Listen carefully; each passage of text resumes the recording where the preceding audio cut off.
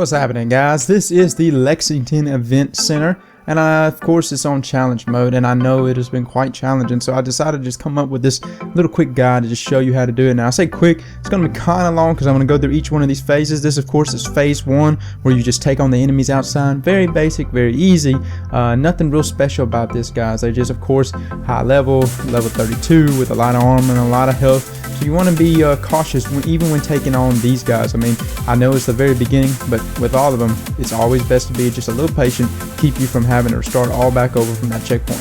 So guys, long story short, come in here, take out these fellas, and let's move on to phase 2.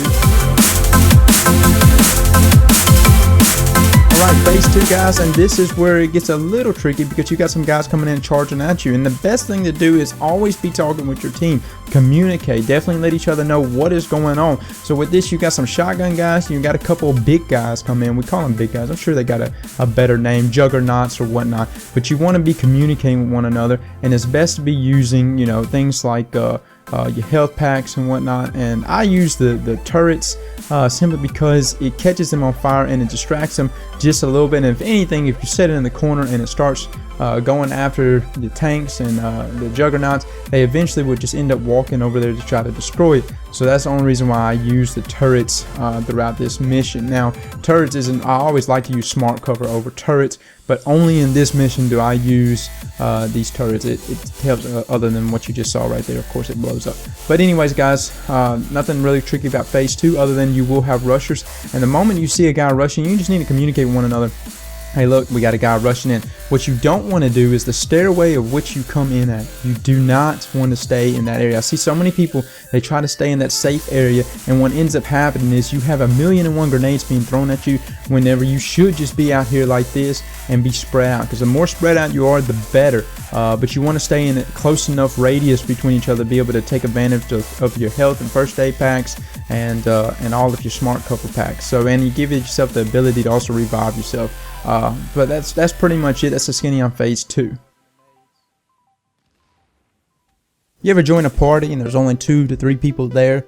This is reason why so many people I've seen at this phase right here, phase 3, of people actually leaving because they can't handle what's going on. This is of course the roof scene, and there's a lot of different ways you can do this, but what it comes down to is this is the easiest way to me. And the easiest way to me is you actually want to pull one big guy into the room with you, to the elevator room with you, because the reason why you do this is if you wanted to go downstairs and restock, it will actually reset everybody back to their original positions, and you of course can get into the safety. But the thing about it is you got to kill at least one big guy. If you don't kill one big guy, if you try to go downstairs and get your ammo or restock or anything like that, what actually ends up happening is everyone resets, and so it starts you over. Actually, look at him swinging that damn gun like a claymore. But look, what you want to do is, I like to take the turret. I like to throw the turret out here, and this will pull him out. If you got incendiary bullets, that works really well for him, because of course these big guys do not like to be on fire.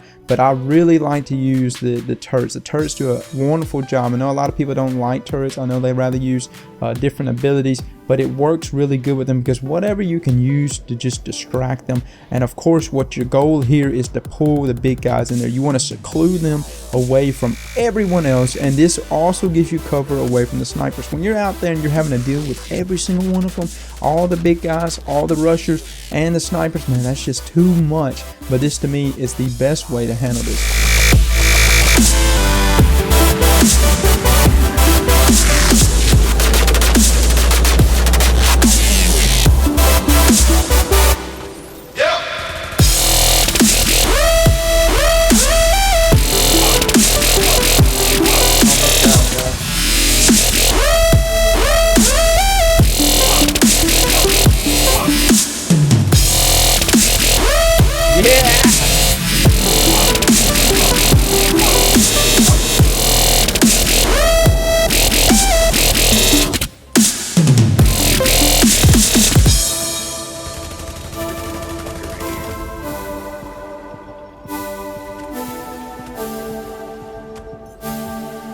Ow! Son of a bitch, that sniper said sit back down.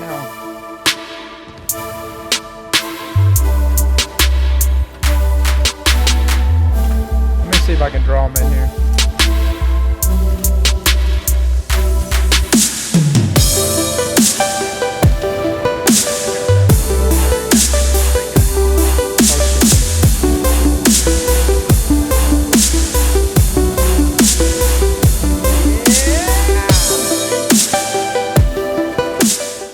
Alright guys, phase 4. Of course this is the same concept. You got Lucy's lieutenant and you want to draw him out, man. You want to draw him to the back. So you see we got up here up close and personal at the very front, kind of just drawing them back, agitating them, and then you just want to get back in this cubby hole, and then it's about to be balls to the wall. Now look, there's a lot of different ways to do this. You can of course use incendiary bullets, you can use your turrets, you can use anything. I actually ended up pulling them back here to the corner where I'm at right here, and I just end up using my signature moves. That way I can tank him, and this gave us the ability for all of us to jump on them. But this gave us a lot more cover than versus trying to take them up there front. I see a lot of people try to take them up there at the front, and that's just, man, that's just a lot of headache. Make this mission easier on you.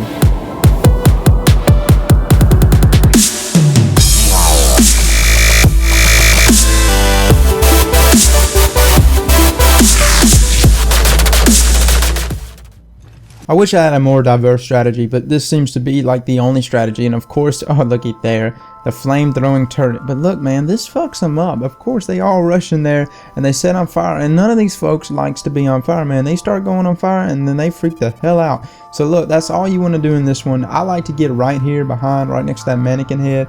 You got a guy up there at the front. He usually stays up there kind of right next to the turret, but this gives us the ability to keep healing each other. And of course, you want to stay spaced out as possible. And what you're going to do is you're going to pull that big guy in as well. And of course, it's the same concept as phase 3, phase 4, where you seclude them, you pull them in with you, you set them on fire, and that's it.